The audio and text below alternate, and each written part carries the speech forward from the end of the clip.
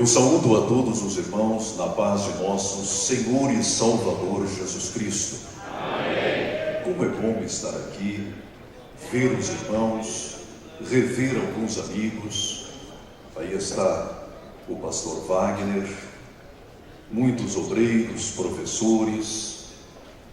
Eu faço menção também da presença da minha esposa, irmã Marta Doreto, escritora, tradutora da casa, do meu irmão Gilberto, lá de Presidente Prudente, pastor naquela cidade.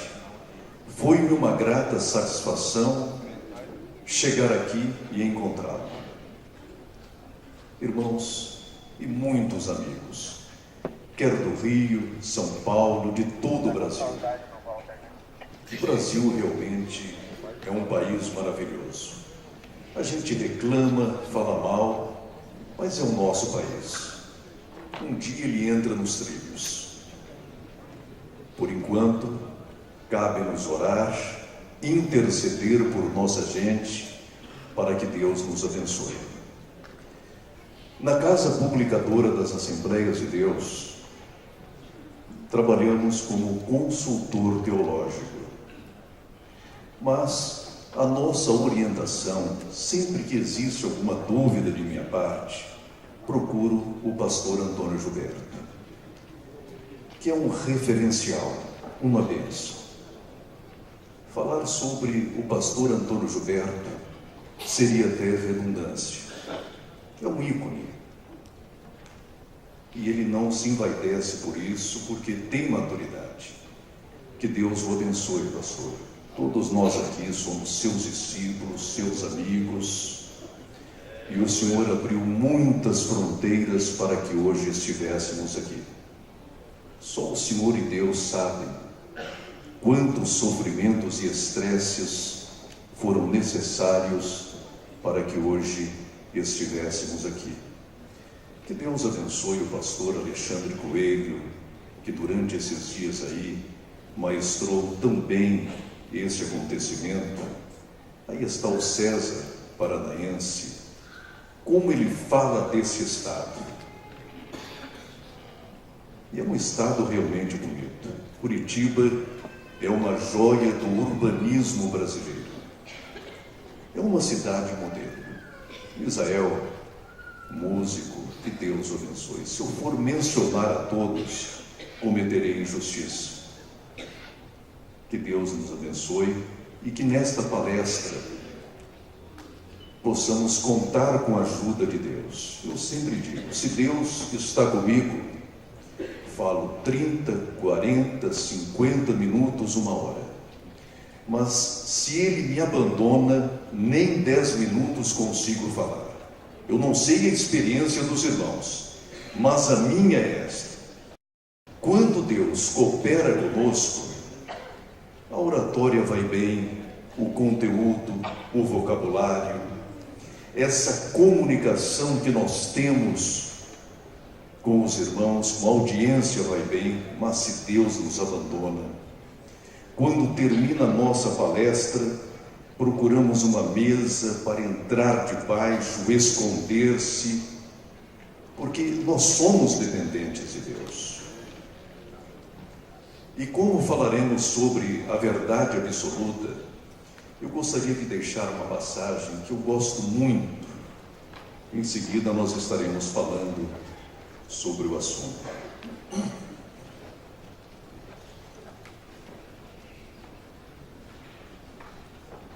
1 Coríntios capítulo 13. Gosto muito de recitar essa passagem.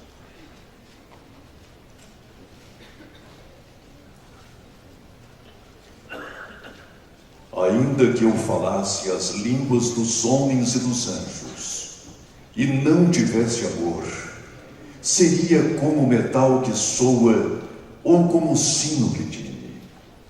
E ainda que tivesse o dom de profecia, e conhecesse todos os mistérios e toda a ciência, e ainda que tivesse toda a fé de maneira tal que transportasse os montes, e não tivesse amor, nada seria. e ainda que distribuísse toda a minha fortuna para sustento dos pobres, e ainda que entregasse o meu corpo para ser queimado, e não tivesse amor, nada disso me aproveitaria. O amor é sofredor, é benigno. O amor não é invejoso.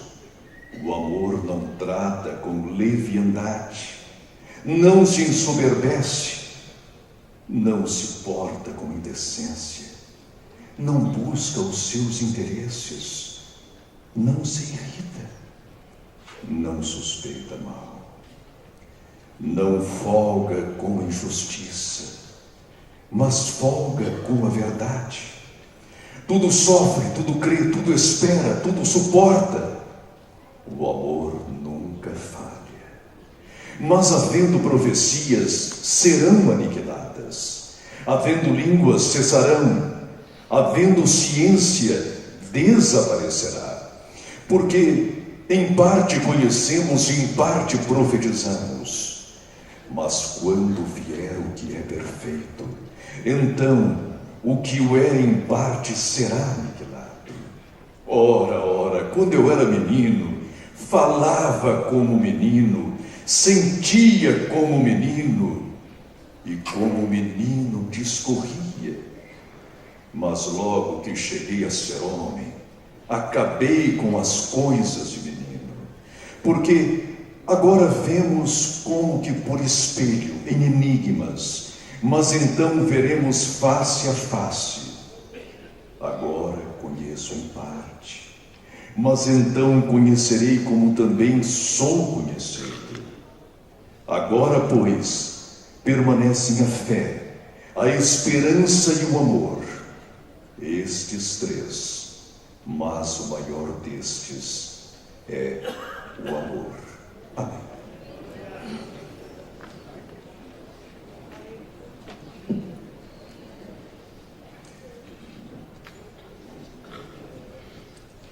A nossa palestra hoje será sobre verdade absoluta.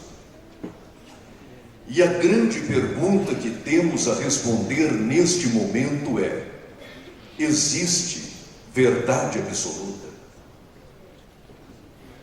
Nos últimos 12 anos em nosso país, tivemos o desprazer em ver as verdades bíblicas, testamentárias, absolutas, oriundas deste livro, serem desconstruídas uma a uma.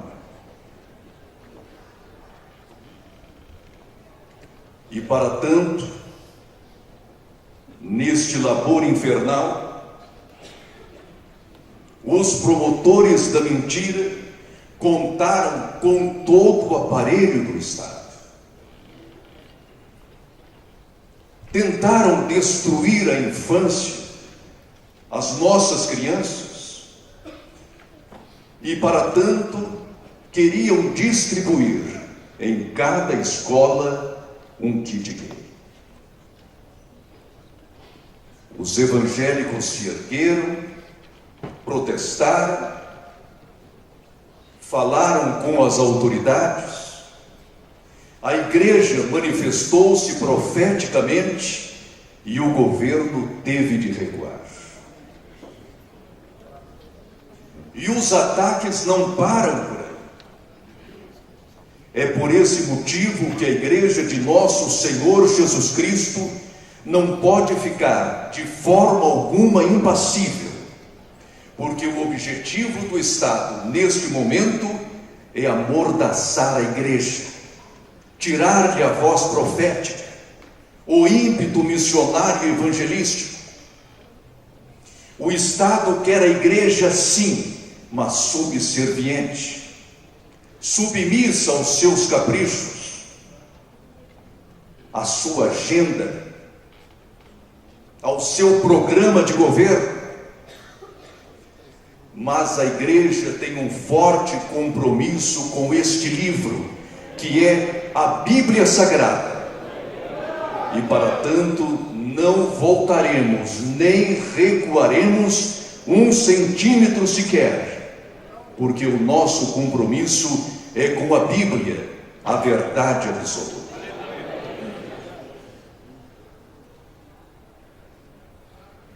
E em 2 Coríntios, capítulo 13, versículo 8, lemos: porque nada podemos contra a verdade, senão pela verdade.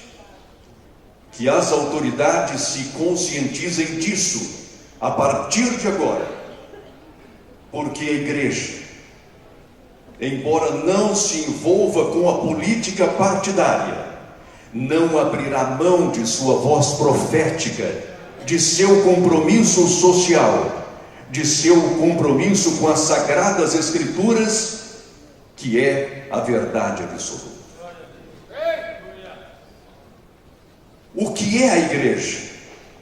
Eu gostaria de, nesta manhã, enfocar a igreja como a comunidade ética por excelência. O Senhor Jesus Cristo constituiu-nos para defender as verdades absolutas, a moral e os bons costumes em nossa sociedade, por uma razão bastante simples: somos a luz do mundo e o sal da terra, e não podemos nos tornar insípidos de forma alguma. Que jamais nos esqueçamos de que a igreja do Deus vivo é a coluna e firmeza da verdade. A primeira verdade absoluta, apesar do relativismo moral de nossa geração, a verdade continua absoluta. Sim, existe uma verdade absoluta.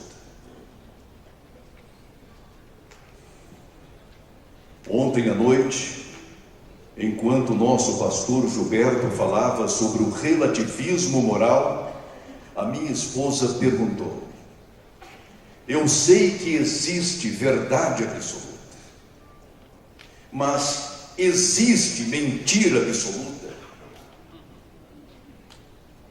É claro que não, senhores. Verdade absoluta, sim. Mentira absoluta, não. Mas os atuais senhores do poder estão mentindo tanto, torcendo tanto a verdade, maquiando-a tanto, que querem transformar as suas mentiras em algo absoluto. Mas sabemos que é da natureza da mentira ser relativa, porque mais cedo ou mais tarde será desmascarada, cairá por terra. Portanto, a primeira verdade é: sim, existe uma verdade absoluta. A Bíblia Sagrada, que é a palavra inspirada, inerrante, absoluta e completa de Deus, contém a verdade absoluta. Contém não, senhores, é a verdade absoluta.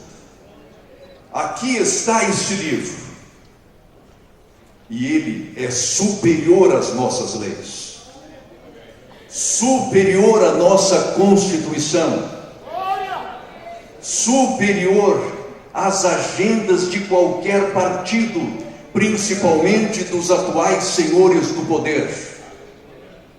A Bíblia diz: não matarás, e para nós é suficiente. E a Bíblia deve ser acatada como a palavra de Deus absoluta para todos nós. Eu não sei se é verdade ou não, mas eu soube que a atual mandatária, como uma de suas primeiras medidas, foi remover um exemplar da Sagrada Escritura de seu gabinete. Eu não sei se isto é verdade ou não, Mas caso seja verdade, o resultado está aí. Um país dividido, traumatizado, endividado e que não consegue se firmar no concerto das nações. O resultado está aí. Ao passo que nações como a Inglaterra e os Estados Unidos sempre tiveram a Bíblia Sagrada como seu guia maior. E a civilização americana desenvolveu-se, frutificou-se, tendo como livro-texto a Bíblia do rei Tiago, as Sagradas Escrituras. Nós não, e o resultado não poderia ser mais lastimável do que este.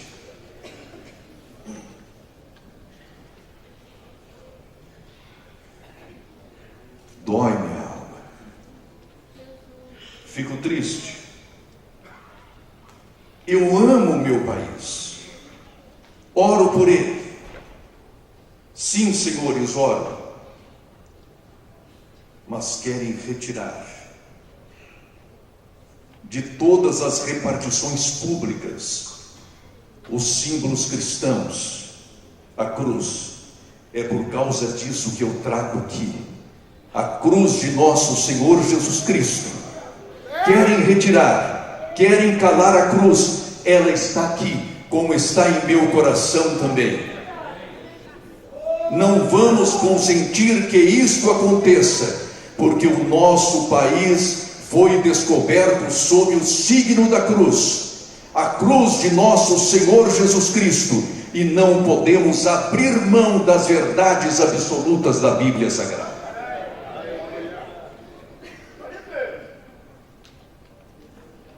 Sim, senhores, existe uma verdade absoluta.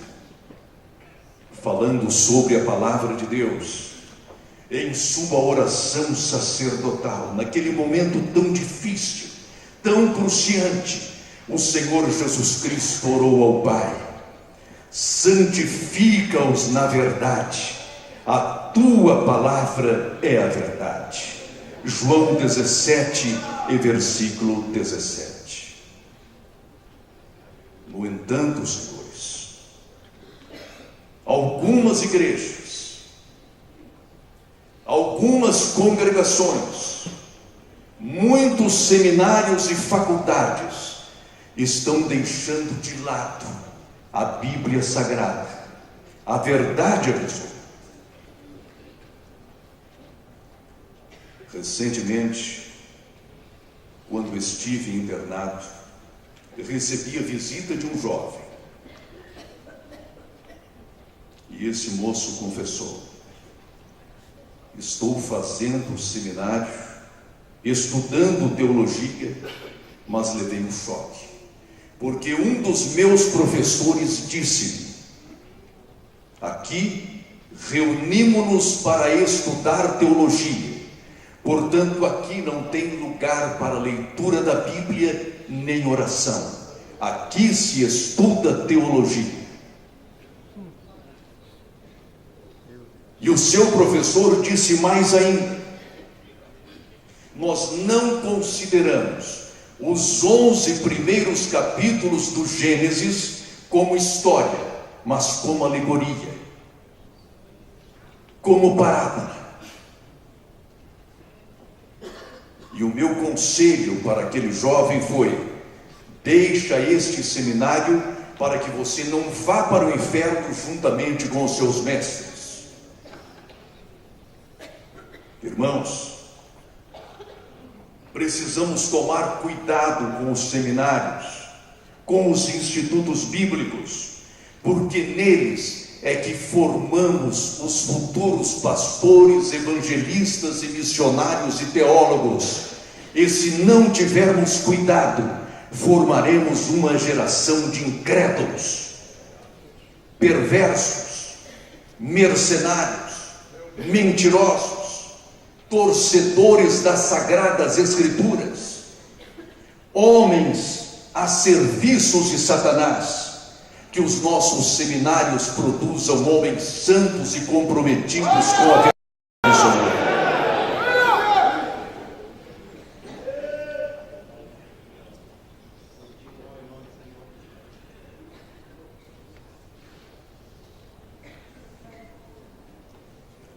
Jesus, e somente Jesus, é a maior expressão desta verdade. Disse Jesus: eu sou a verdade. João capítulo 14 e versículo 6. Em alguns países, principalmente da Europa, países estes democráticos,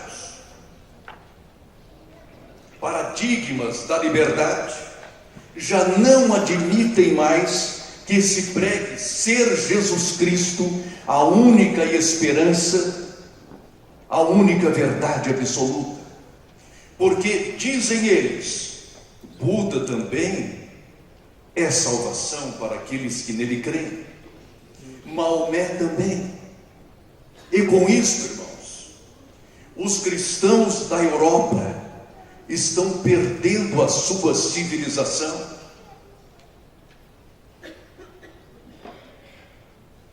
Eu vejo em alguns seminários de missões a preocupação com os muçulmanos, até um medo mórbido do islamismo.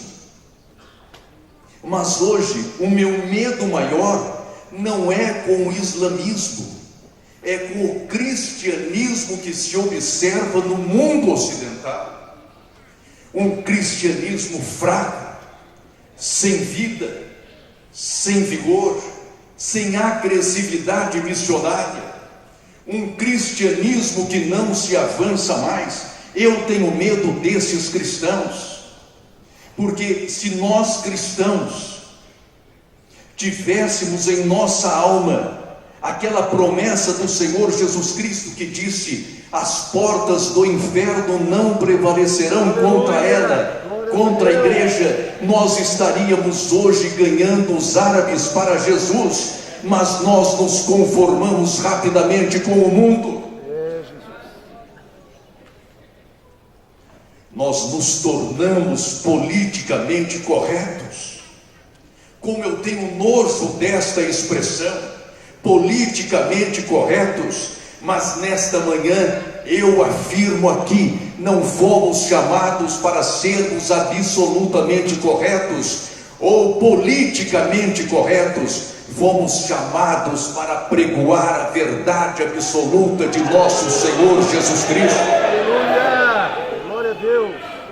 Chega de pastores politicamente corretos que se unem ao mundo, que se unem ao poder secular, mas não cumprem a sua missão de levar o Evangelho de Cristo a toda a sociedade.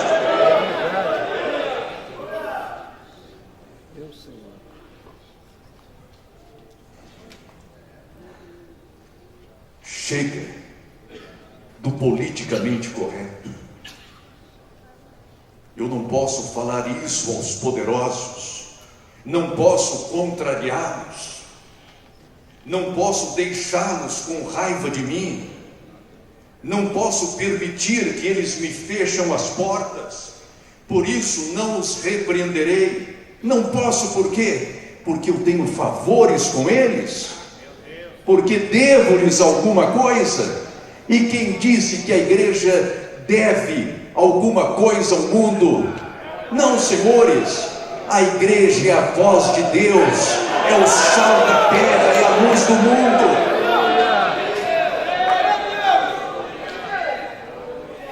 Sempre seja Deus verdadeiro e todo homem mentiroso, afirma o apóstolo Paulo, Romanos capítulo 13, versículo 4. Segunda verdade absoluta: há um Deus no céu.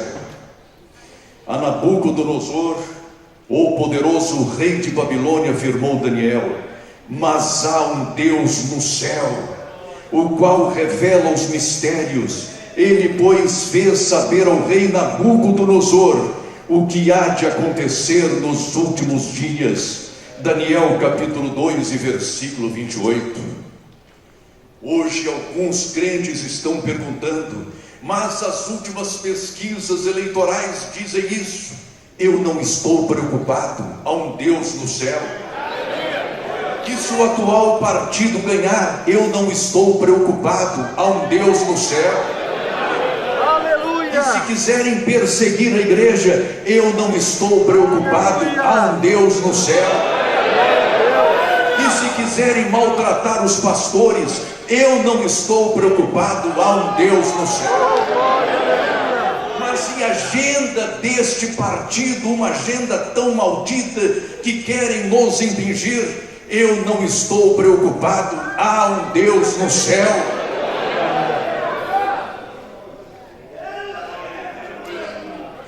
E Ele é o Rei dos Reis, Ele é o Senhor dos Senhores, e Ele está acima de todos os partidos, inclusive o que se encontra no poder em Brasília. Há um Deus no céu,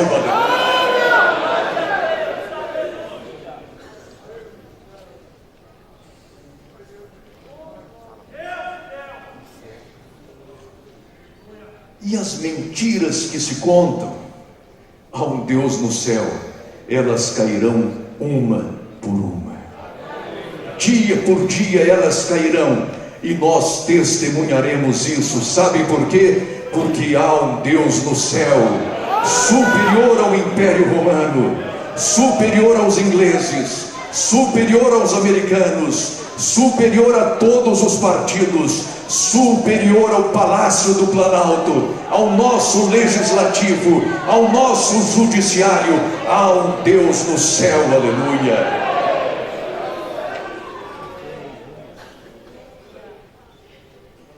Terceira verdade absoluta: o aborto, ainda que venha a ser legalizado em nosso país, jamais deixará de ser um crime diante de Deus.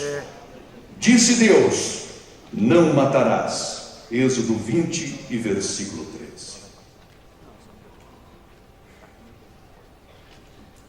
O presidente Lula, certa vez, reuniu-se com seus maiorais, e lá havia muita gente inteligente, culta, ilustrada. A nata da intelectualidade brasileira. E o objetivo era elaborar um plano de direitos humanos. Título bonito, pomposo. Quanto gado. Só que neste plano previa-se a legalização do aborto.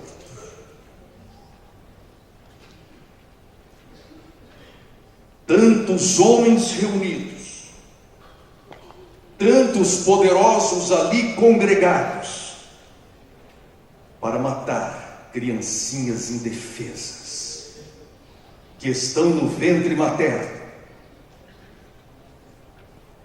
seres humanos completos. E a alegação era: a mulher tem direito ao seu próprio corpo, por isso pode dispor dele como bem entender. Miséria das misérias para uma nação como a nossa, desgraça das desgraças para um país como o nosso, que não consegue resolver os seus problemas básicos, mas quer abrir as portas do SUS para transformá-lo em um imenso abortário, assim como fez Joseph Stalin na União Soviética e Adolf Hitler na Alemanha, quando forçava as judias inicialmente a abortarem os seus filhos. Que plano de direitos humanos é este?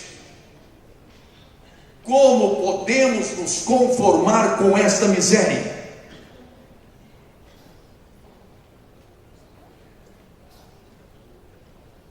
Para nós cristãos, a vida humana começa. A vida humana não. A pessoa humana começa antes mesmo da nidação, ou seja, antes mesmo que o óvulo fecundado chegue ao útero materno. A pessoa humana começa exatamente no instante da concepção. E para nós a vida é sagrada. E estaremos apregoando esta verdade absoluta. Sim, o aborto é um crime diante de Deus e também dos homens. O Sistema Único de Saúde não consegue resolver os problemas básicos da nossa sociedade, mas mesmo assim, os atuais senhores do poder querem transformar nossos hospitais em imensos abortários, e isso não iremos permitir, porque a igreja tem uma voz profética poderosa. E se for preciso, sairemos às ruas anunciando esta verdade absoluta: o Senhor ainda reina, há um Deus no céu, e o aborto é um crime contra a humanidade, contra Deus.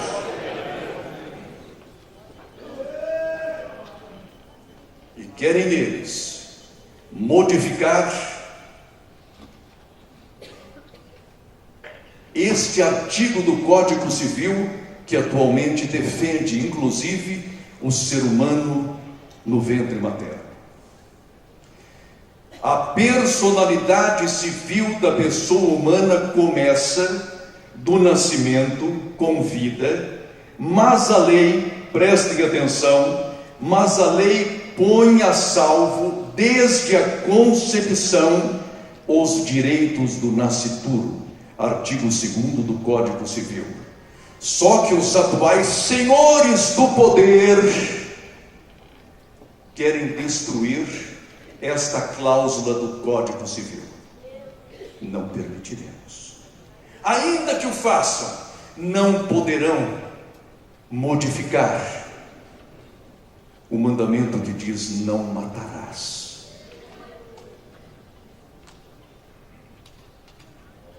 Irmãos, se não tomarmos cuidado, o que vai acontecer com o nosso país? Tornar-nos-emos uma republiqueta tiranizada por um partido de esquerda.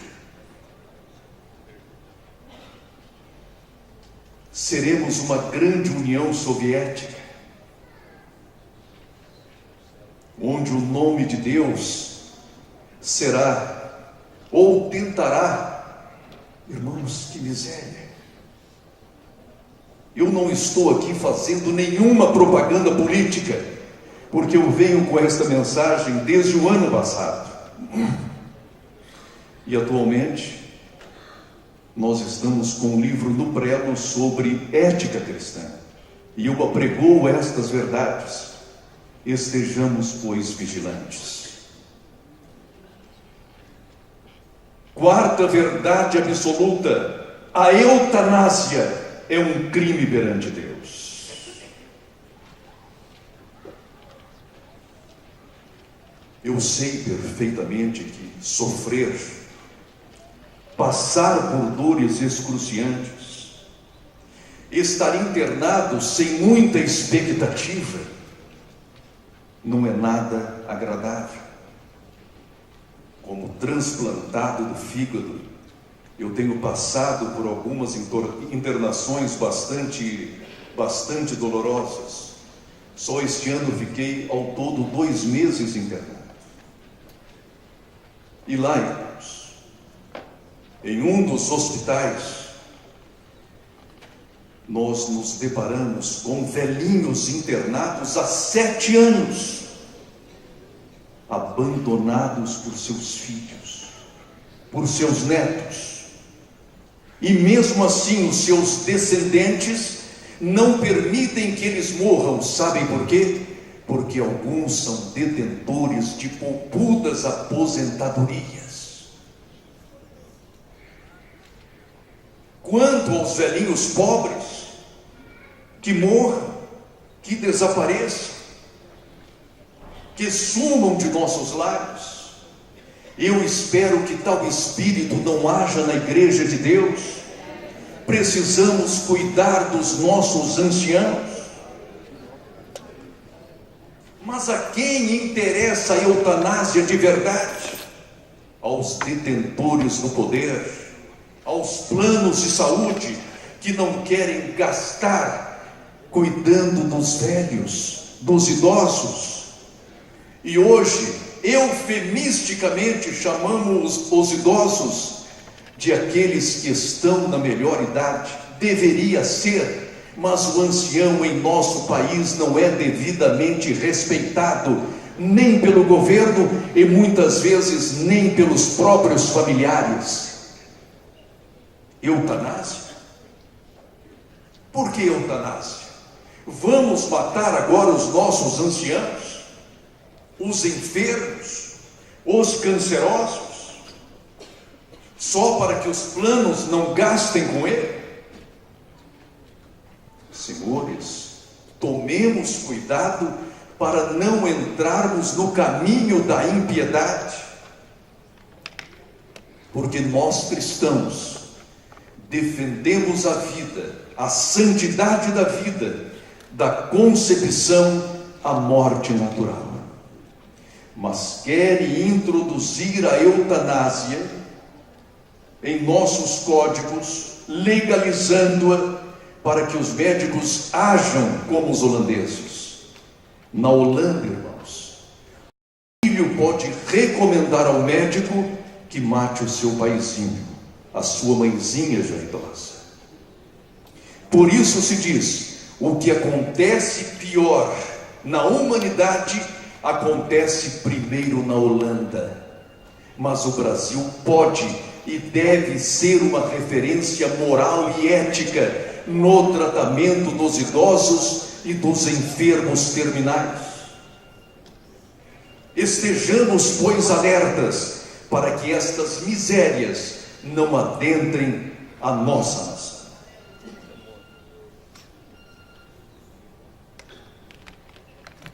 Quinta verdade absoluta: o homossexualismo é um pecado abominável contra Deus.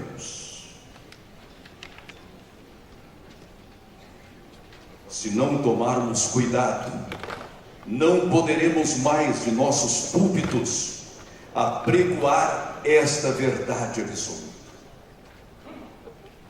É claro que, desgraçadamente, já temos igrejas voltadas para a comunidade gay. É claro que há inclusive uma versão da Bíblia destinada à comunidade gay.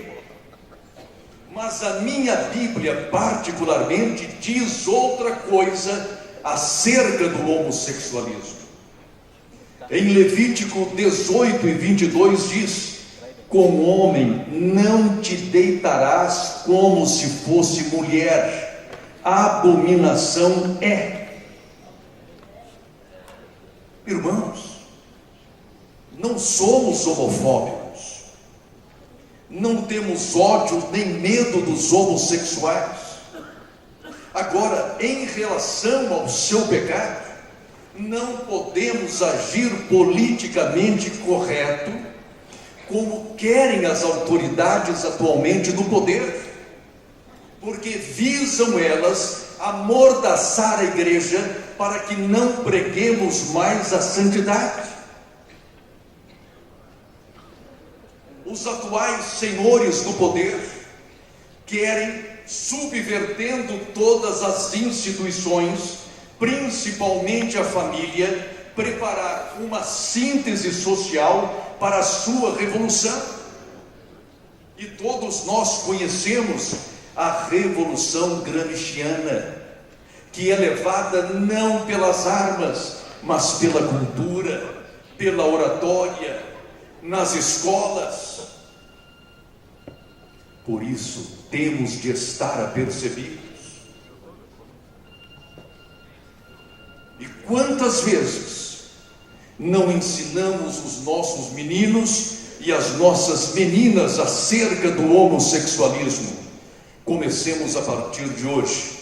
Que o menino seja educado como homem e que a menina seja educada como mulher. Há distinção, sim, e nós devemos levá-la em consideração. para os senhores do poder, não podemos fazer esta distinção. E eu soube que há um projeto de lei autorizando as crianças a partir de 8 anos a optar pelo sexo que desejam ter pelo restante da vida. Um menino de 7, 8 anos, se quiser, pode optar por um sexo. Se é menino, pode optar por ser menina e vice-versa. Que país é este? Que deputados são estes? Que parlamentares são estes? E o que a Igreja de Cristo fará em meio a todo esse inferno, em meio a todo esse lamaçal?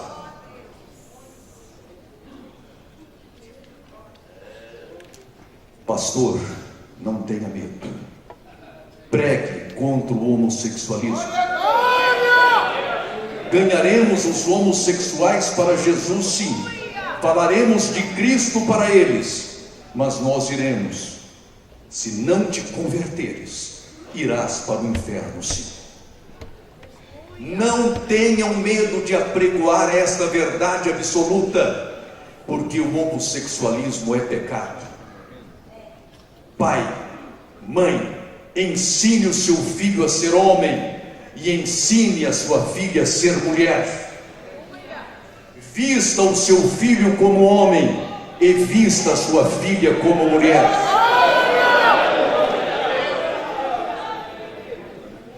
Sejamos responsáveis diante de Deus pelos filhos e netos que Ele em seu amor nos outorgou, para que no dia do juízo não sermos chamados à responsabilidade. Mas temos de ser politicamente corretos porque o governo exige. O governo exige nada, irmãos. Conforme diz a Bíblia, o governo às vezes é uma porta do inferno e, portanto, a igreja precisa avançar em oração, em jejum e em protesto contra esta porta, e ela não resistirá ao nosso ímpeto. A Bíblia diz ainda: não erreis, nem os devassos, nem os idólatras, nem os adúlteros, nem os efeminados, nem os sodomitas herdarão o reino de Deus. Como podemos ser politicamente corretos diante da atual situação moral de nossa nação, de nosso país?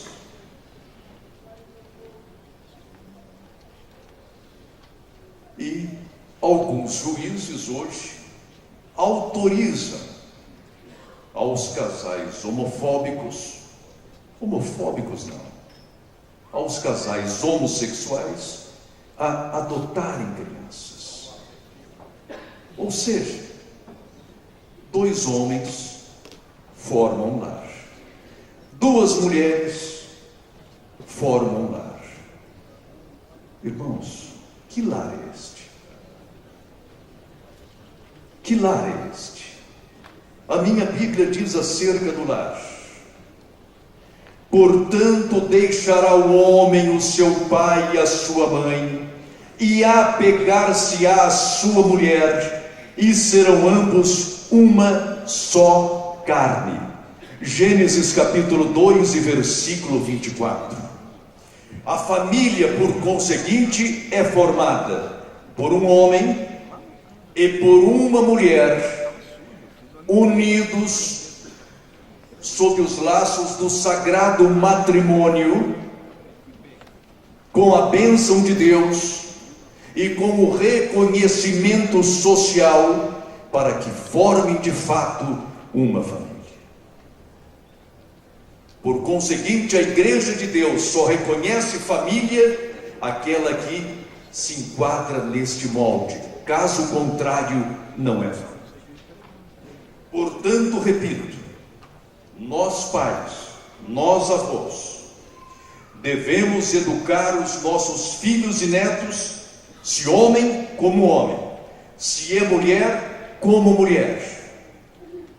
E devemos prestar atenção aos livros didáticos ou paradidáticos que as nossas crianças levam para casa, muitas vezes subvertendo-as e lançando-as nas garras do homossexualismo. Vejam, senhores, as nossas crianças são instruídas pelo mundo e pelo Estado durante 5 dias por semana.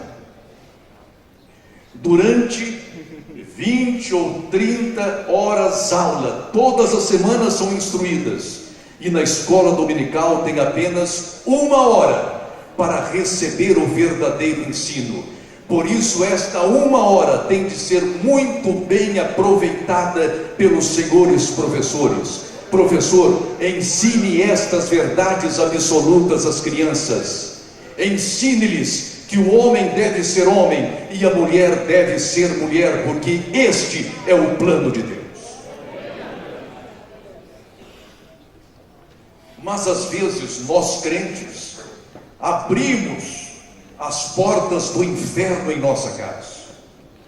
Quantas vezes deixamos de fazer o culto doméstico para nos iludirmos com novelas e folhetins que instilam estas mentiras, estes venenos? Nós somos também culpados, porque damos audiência para Satanás. E uma das formas de protestarmos contra isso é desligarmos o nosso televisor na hora de determinadas novelas. Sejamos firmes, não assistirei esta miséria, porque eu tenho compromisso com a minha família, eu tenho compromisso com o meu Deus, com o meu Cristo, e o meu filho e a minha filha não serão expostos a esta miséria moral.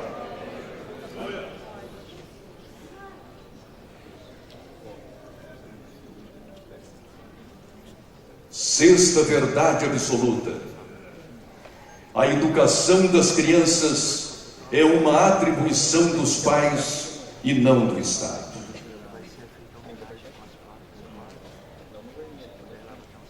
Quanta polêmica não foi gerada com a famosa lei da palmada. O governo agora, um governo, aliás, que não cumpre os seus deveres, que é incapaz de deter a inflação, que é incapaz de fazer com que o nosso produto interno bruto cresça, um governo incapaz de dar segurança à nossa sociedade, achou por bem agora fazer o quê? Imiscuir-se em nossos lares. Ele está dizendo: como eu devo educar os meus filhos,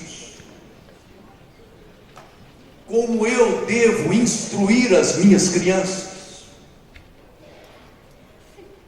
Eu não posso aplicar-lhe qualquer corretivo físico, conforme diz a Bíblia, nem uma única palmada. Porque o nosso governo, as nossas autoridades, não saem pelas ruas, pelos becos, socorrendo os menores abandonados? Por que não faz isso? Por que não socorre as crianças vítimas da maconha, do crack? Por que não faz isso? E quer imiscuir-se em meu lar, no meu recinto doméstico? Não, senhores, instrua o seu filho e não tenha medo das consequências. É chegado o momento de sermos senhores da nossa casa, senhores dos nossos filhos, porque se não agirmos, seremos responsabilizados diante do Pai pelos filhos que forem para o inferno, porque na eternidade nenhum partido político, nenhuma agenda política terá poder para resgatar os nossos filhos do lago de fogo. Portanto, a responsabilidade é nossa agora. Eu me irrito com esse partido, irmãos, com esta situação. Querem querem se miscuir em nosso lar, que cumpram o seu dever de uma vez por todas.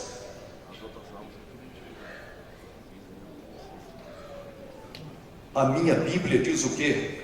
Prestem atenção. Educa a criança no caminho em que deve andar, e até quando envelhecer não se desviará dele. Provérbios 22 e versículo 6. Por que estamos aqui hoje? Porque tivemos um pai zeloso, um pai que não nos espancava, mas aplicava sim o corretivo físico. Por isso estamos aqui. Por isso estamos aqui glorificando a Deus, e não vamos permitir que as nossas crianças percam todos os limites.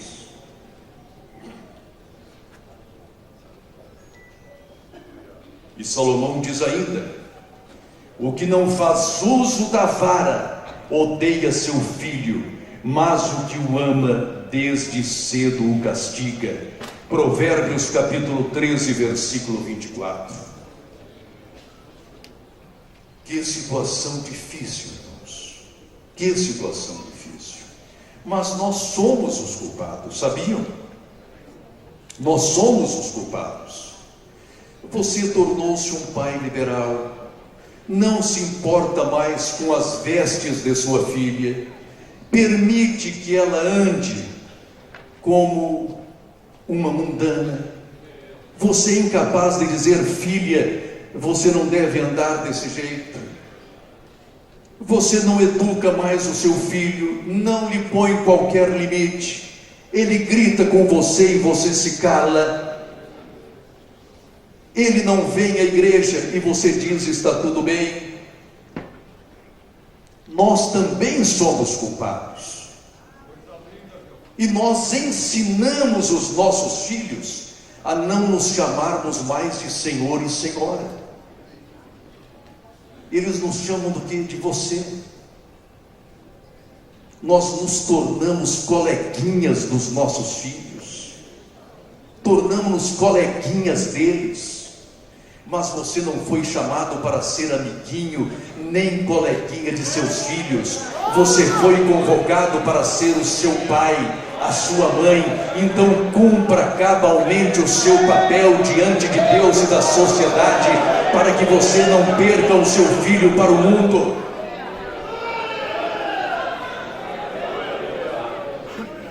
Educa a criança no caminho em que deve andar. E quantas vezes a criança não aparece em casa com um produto roubado e você nada diz? Quantas crianças estão se afogando em jogos eletrônicos e na internet e interagindo com pedófilos, e muitas vezes os pais não fazem nada? Irmãos, acordemos, vamos resgatar as nossas crianças das garras do inferno enquanto é tempo.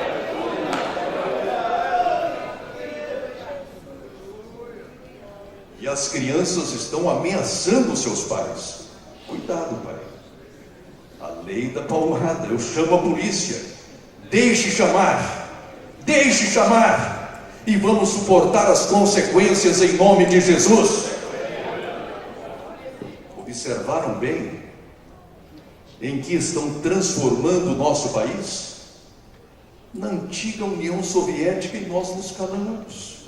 Não, mas nós temos democracia, nós votamos. Irmãos, liberdade não é isso. Isso eu chamo de uma democracia de fachada apenas. Não, senhores, é hora de perdermos o medo. Vamos socorrer as nossas crianças, vamos agarrá-las pela mão e dizer: escapa-te por tua vida. A sétima verdade: a legalização das drogas é um atentado contra a vida humana. Querem legalizar as drogas. Tentaram fazer o mesmo na Suíça, não deu resultado. Na Holanda, apenas fracasso. Na Espanha, Portugal, a mesma coisa. Mas nós, sempre atrasados, sempre a reboque da história, estamos pegando as experiências que já não servem para os outros e queremos trazer para cá. Querem liberar as drogas para os nossos jovens. Por que não liberam mais educação? Por que não liberam mais educação? Mais oportunidades de emprego para os nossos jovens que se casam velho por falta de oportunidade profissional. Não é de drogas que nós estamos precisando, é de um governo capaz e que lute pelo bem comum. Eu não estou dizendo que este ou aquele partido detém este monopólio de verdade, não é isto. Eu estou dizendo que cabe à igreja protestar contra todos esses desmandos.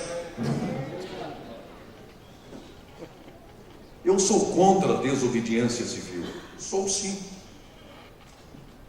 No entanto, o meu texto áureo é esse: mais importa obedecer a Deus do que aos homens. Se uma lei humana contrapõe-se à Bíblia Sagrada, eu fico com a Bíblia. Com a Bíblia, a palavra de Deus. É chegado o momento de a igreja protestar, ter a sua voz profética, cobrar de seus representantes no parlamento posições firmes, cristãs, e que não estejam comprometidas com o atual sistema. Eu não sou favorável à política partidária, não, senhores. Mas que temos uma voz profética, temos. Por isso que um dos meus heróis é Dietrich Bonhoeffer. Este homem levantou-se na Alemanha de Hitler e disse não ao partido nazista. Porque os nazistas retiraram das igrejas todos os símbolos cristãos. E lá atrás estava uma suástica. E muitos pastores, muitos homens de Deus, curvaram-se à suástica. Mas Bonhoeffer não. Ele disse não, não e não. Ele pagou um alto preço. Morreu num campo de concentração. Mas ele está com o Senhor Jesus Cristo.